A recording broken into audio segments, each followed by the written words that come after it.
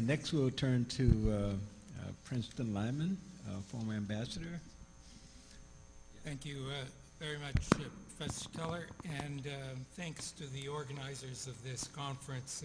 It's just a privilege to be here in a conference in honor of General Achebe, who is an inspiration and a teacher to all of us. I have a long connection to Nigeria, not only that I was an ambassador there, but I've been traveling to and from Nigeria for over 25 years and have a deep and abiding emotional attachment to the Nigerian people, their magnificence, their courage, their artistic brilliance, their irony, their sense of humor in the face of challenges, etc. And I hope you'll keep that in mind when I say some things that I think are counter to what we normally say about Nigeria. And I say that with all due respect to Eric, who is doing a magnificent job at the State Department, and to our good friend from the legislature. Because I have the feeling that we, both Nigerians and Americans, may be doing Nigeria and Nigerians no favor by stressing Nigeria's strategic importance. I know all the arguments. It's a major oil producer. It's the most populous country in Africa. It's made major contributions to Africa and peacekeeping. And of course, negatively, that if Nigeria were to fall apart, the ripple effects would be tremendous, etc. But I wonder if all this emphasis on Nigeria's importance creates a tendency to inflate Nigeria's opinion of its own invulnerability.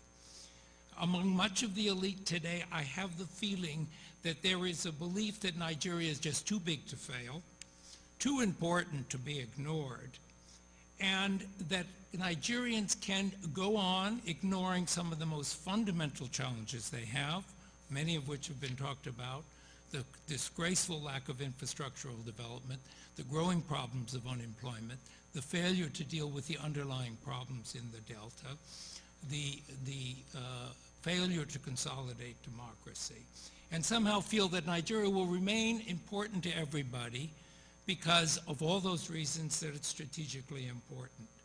And I'm not sure that that's helpful.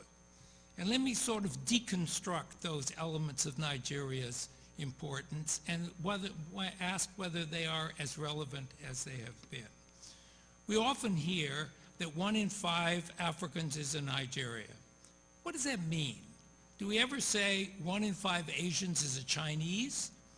Chinese power comes not just from the fact that it has a lot of people, but it's harnessed the entrepreneurial talent and economic capacity and all the other talents of China to make it a major economic force and a political force. What does it mean that 1 in 5 Africans is in Nigeria? It doesn't mean anything to a Namibian or a South Africa, etc. It's a kind of a conceit. What makes it important is what is happening to the people of Nigeria. Are their talents being tapped?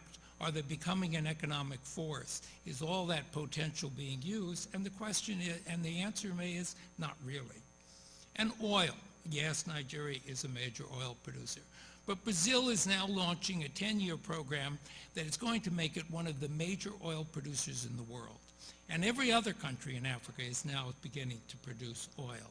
And Angola is rivaling Nigeria in oil production. And the United States has just discovered a huge gas reserve, which is going to replace some of our dependence on imported energy. And so if you look ahead 10 years, is Nigeria really going to be that relevant as a major oil producer, or just another of the many oil producers while the world moves on to alternative sources of energy and other sources of supply? And what about its influence, its contributions to the continent? As our representative from the Parliament has talked out, there's a great history of those contributions, but that's history. Is Nigeria really playing a major role today in the crisis in Niger, on its border, or in Guinea, or in Darfur, or after many, many promises, making any contribution to Somalia? The answer is no. Nigeria is today not making the major impact on its region, or on the Africa Union, or on the big problems of Africa that it was making before. And what about its economic influence? Well, as we've talked about earlier, there is a deindustrialization going on in Nigeria.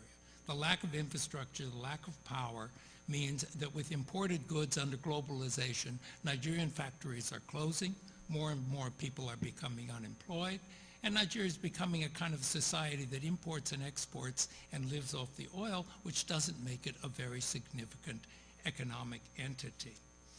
Now, of course, on the negative side, that the collapse of Nigeria would be enormous. It would be enormous, but is that a point to make Nigeria strategically important? Years ago, I worked for an Assistant Secretary of State. I had the longest tenure in that job in the 1980s. And I remember in one meeting, a minister from a country not very friendly to the United States came in and was berating the Assistant Secretary on all the evils of the United States and all its dire plots and things in Africa, and he was going on and on and on. And finally, the Assistant Secretary cut him off and said, you know, the biggest danger for your relationship with the United States is not our opposition, but that we find you irrelevant. And the point is that Nigeria can become much less relevant to the United States. We've already seen evidence of it. When President Obama went to Ghana and not Nigeria, he was sending a message that Ghana symbolized more of the significant trends, issues, and importance that one wants to put on Africa than Nigeria. And when I was asked by journalists why President Obama didn't go to Nigeria, I said, what would he gain from going? Would Nigeria be a good model for democracy? Would it be a model for good governance? Would he obtain new commitments on Darfur or Somalia or strengthening the Africa Union or in Niger or elsewhere? No, he would not. So he didn't go. And when Secretary Clinton did go indeed, but she also went to Angola. And who would have thought years ago that Angola would be the most stable country in the Gulf of Guinea? And established a binational commission in Angola. So the handwriting may already be on the wall. And that's a sad commentary. Because what it means is that Nigeria's strategic importance in the end, its most important strategic importance, would be that it could fail. And that's a sad, sad conclusion. It doesn't have to happen, but I think we ought to stop talking about what a great country it is and how terribly important it is to us, and talk about what it would be for Nigeria to be that important and great. And that takes an enormous amount of commitment. And you don't need saints. You don't need leaders like Nelson Mandela in every state, because you're not going to get them. I served in South Korea in the middle 1960s, and it was a time when South Korea, which was poor and considered hopeless, was beginning to turn around and would later become, my gosh, to everybody's amazement then, the 11th largest economy in the world. And I remember the economists in our mission saying, you know, it didn't bother him that the leading elites and the government of South Korea was taking 10, 15, 20% off the top of every project, as long as every project was a good one. And that was the difference.